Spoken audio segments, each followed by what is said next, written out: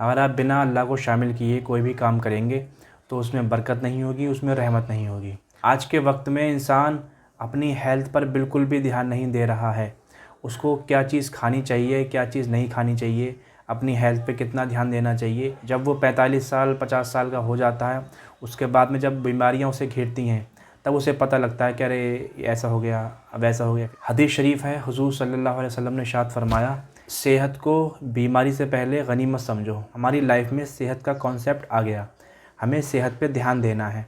अब सेहत पे ध्यान किस तरह देना है, सुबह से लेके शाम तक हम क्या चीज़ खाते हैं, क्या चीज़ पीते हैं, हमारे घरों में क्या चीज़ इस्तेमाल होती है, ऐसी कौन सी चीज़ इस्तेमाल होती है जिससे हमारी बॉडी को नुकसान है। आपको अगर पता नहीं है तो अपने डॉक्टर से या किसी जानकार आदमी से इस बात को डिस्कस करें कि हम अपनी सेहत के लिए क्या चीज़ खाएं, क्या चीज़ ना खाएं। आजकल ये देखा गया है कि हर घरों में सुबह में तली चीज़ें जैसे पराठे और चाय और जो भी तली चीज़ें हैं, ऑयली चीज़ें हैं, वो ज़्यादा यूज़ होती हैं।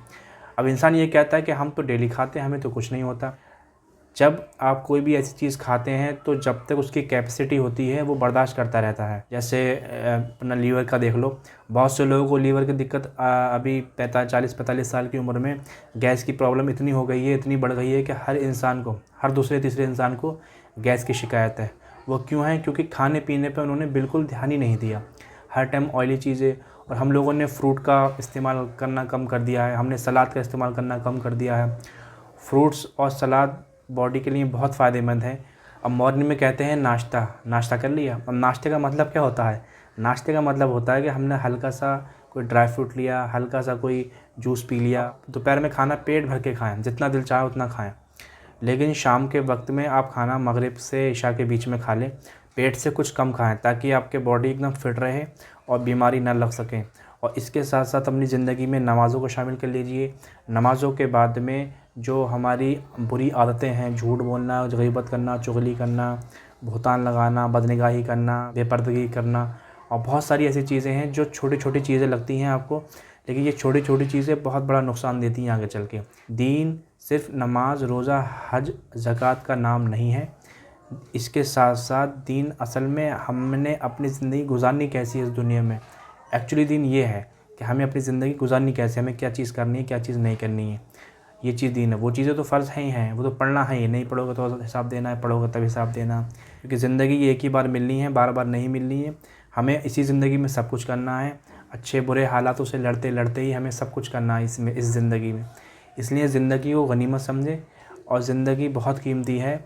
ज़िंदगी को अच्छा करने के लिए फिर सेहत भी बहुत ज़रूरी है, क्योंकि सेहत जब इंसान की नहीं होगी, वो बीमार रहेगा तो फिर ना इबादत कर पाएगा, वो ना दुनियावी कोई काम कर पाएगा, ना कामयाब हो पाएगा, ना अपने बच्चों को देख पाएगा।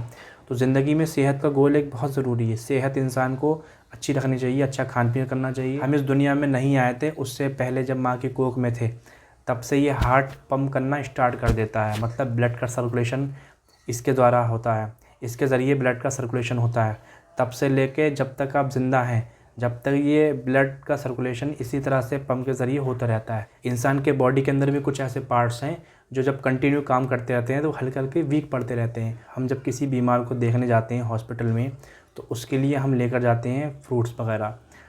और वो जो इंसान बीमार हुआ है वो होता है ऑयली चीज़ें खाने से या ख़राब खान पीन की वजह से, और हम उसको फ्रूट देने के बाद में बाहर आके फिर हम वही पकौड़ी, चाय और तली चीज़ें खाते हैं पेट भरने के लिए। आप ज़रा गौर कीजिए कि खाने पीने से हमारी सेहत बहुत ख़राब होती है। अपने आसपास के लोगों को देखिए कि कौन लोग बीमार हैं, वो अपनी ज़िंदगी में क्या क्या करते थे, क्या खाते थे, क्या पीते थे। कोशिश कीजिए कि अपनी सेहत पे ध्यान दें और अच्छी ज़िंदगी जिएँ।